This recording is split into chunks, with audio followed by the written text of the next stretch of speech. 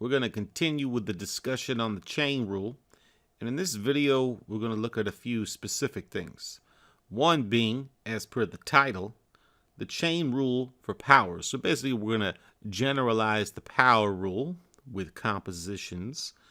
And then we're also going to look at a couple of examples where we use the chain rule of a composite function that has more than two functions. So 3 or more functions. Let's go.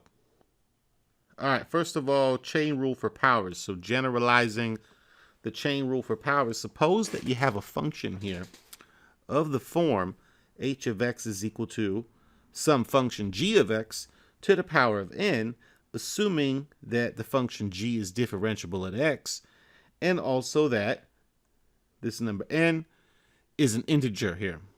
Okay, so positive whole numbers, 0, and negative whole numbers for n. Notice that we do have a composite function in this situation. If we think of h of x as expressed as f of g of x, then f of x would be thought of as x to the n. And thus, if I plug my g of x into x, I would get exactly g of x to the n power here.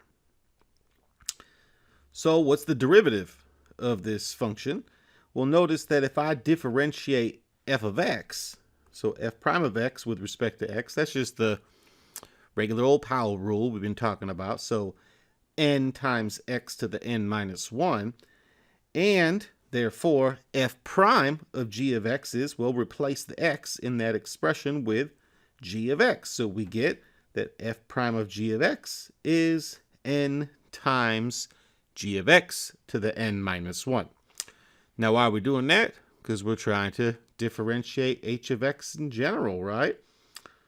And thus, by the chain rule, right, the derivative of h of x is going to be g prime of x times f prime of g of x, since our function h of x is f of g of x, like we've already established. And thus, if I replace f prime of g of x here, just writing it in this particular order, here is my f prime of g of x. And g prime of x, of course, is g prime of x. We don't know what g prime of x is unless we know actually what that function g of x is. So in general, here's our formula, right? This is the derivative with respect to x of the function g of x to the power of n, where g is assumed to be differentiable at x and n is an integer. So we've actually done examples like this already. We just didn't have this specified formula. But given this particular form here that we're looking at, if we have that type of function and we're differentiating it, then we kind of can use this like as a shortcut. We can go straight for it. So we'll do a couple of examples here just to see it at work. All right, so here's an example. We're going to find some derivatives. And as you can see, the first derivative we're going to find here, part A, find the derivative of the function sine of x minus x cubed, that whole function, to the 14th power with respect to x. So you notice this is exactly what we were just talking about, right? This is the derivative with respect to x in this case of a function, call it g of x here, to the 14th power. What is g of x? Well, it's that inner function being raised to the 14th power, which is sine of x minus x cubed. And thus, go right back up here. Bam! We're going to do that right there, right? We could just say, hey, I never remember learning that, and still just apply the chain rule in general. But the point of this is that we can do it a little bit quicker if we notice that this is the form we have. G prime of x is going to be derivative of sine x is cosine x minus the derivative of x cubed, 3x squared. And so the formula goes, of course, that this should be bring down the power 14 times g of x and lower the power by 1, and then times g prime of x. So hence, we just replace g of x and g prime of x in our formula and get 14 times the function sine of x minus x cubed to the 13th power times g prime, and that's the function, the whole thing, cosine x minus 3x squared. And so that is our derivative here of sine of x minus x cubed to the 14th power, applying the generalized power rule when you have a composite function. All right, so let's look at another example. Here's another one.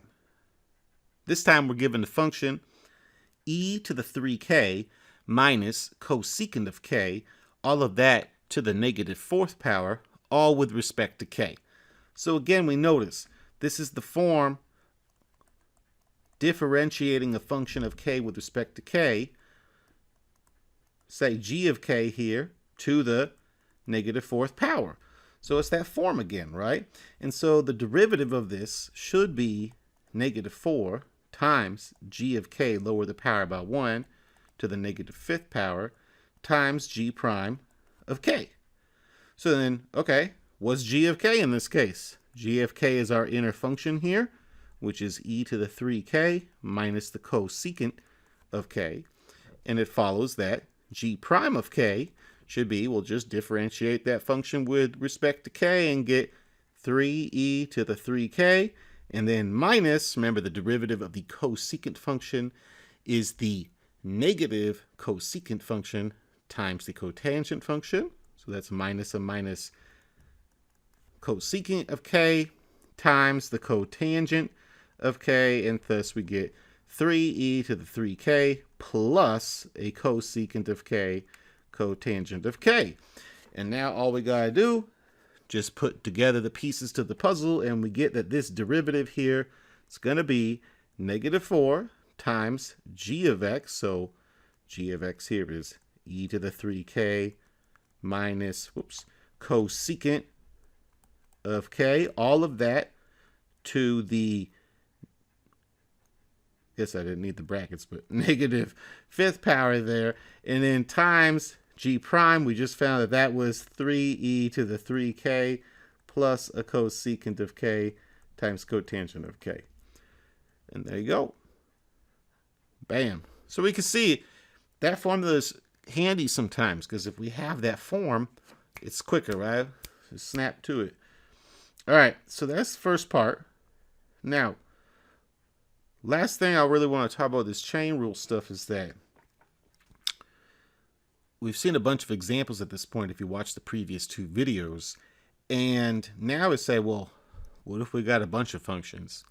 Composite function that has 3 or more functions in it, how do we apply the chain rule to that? So we're just going to go ahead and look at a couple examples to see how this would work. All right, so check it. In this one, we got the function square root of cosine of 7x. We're going to differentiate that with respect to x.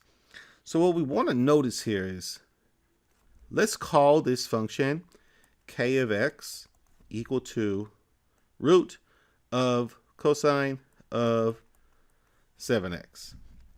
And notice that really we can express this of the form f of g of, say, h of x. Really, it's a composition of 3 different functions.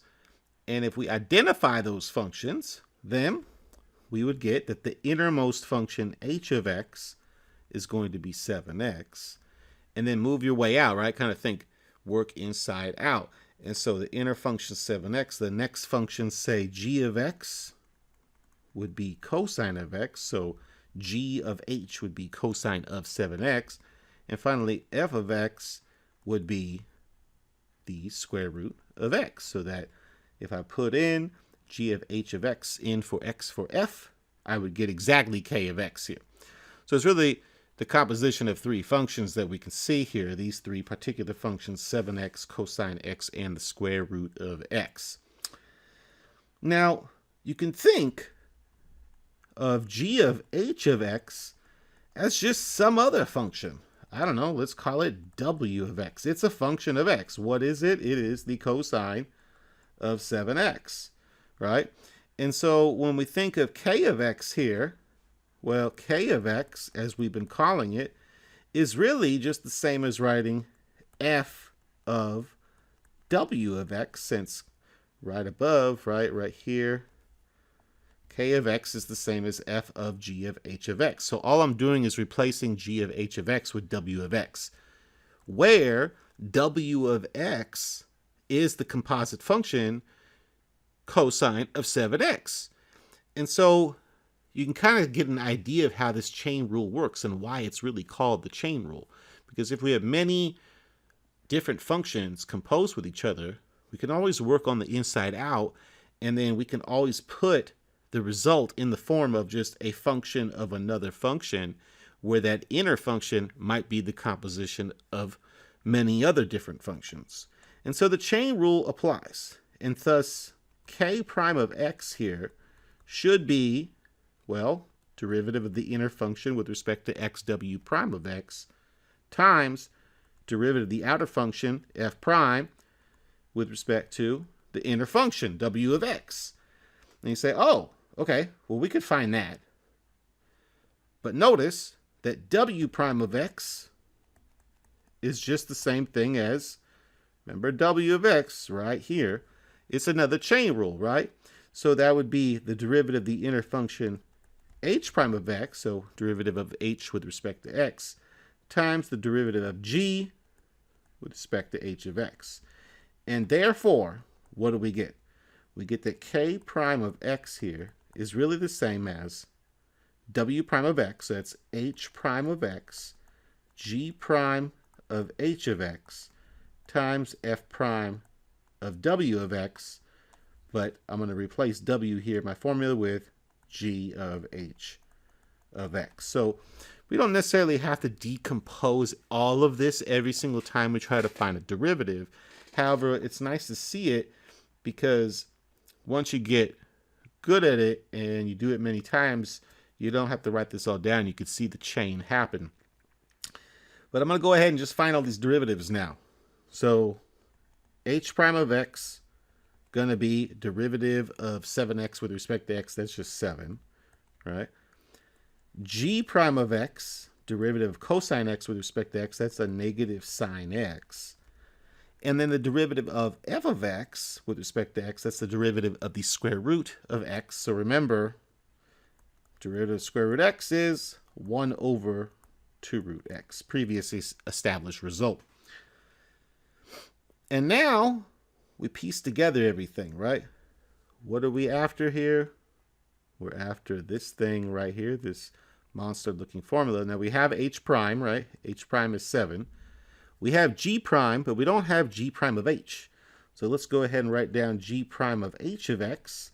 Well, g prime is negative sine x. H of x is 7x. So this is just going to be negative sine of 7x. And then also we have f prime, but we don't have f prime of g of h of x. Now remember, g of h of x, circled above, is really just cosine of 7x, right?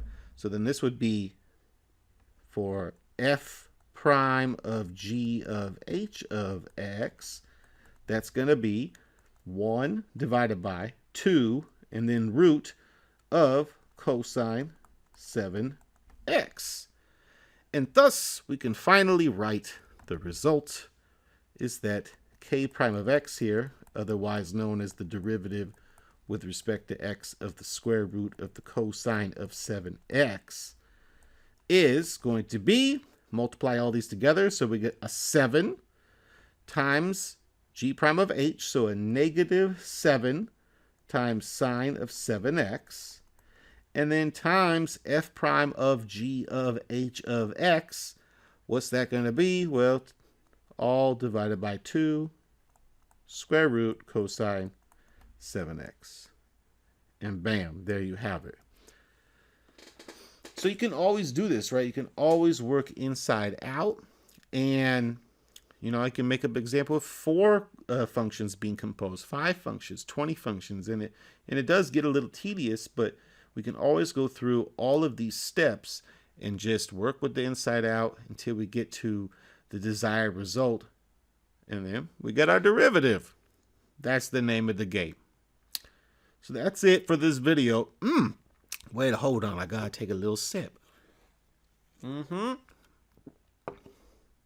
Clear that throat. All right. That's it.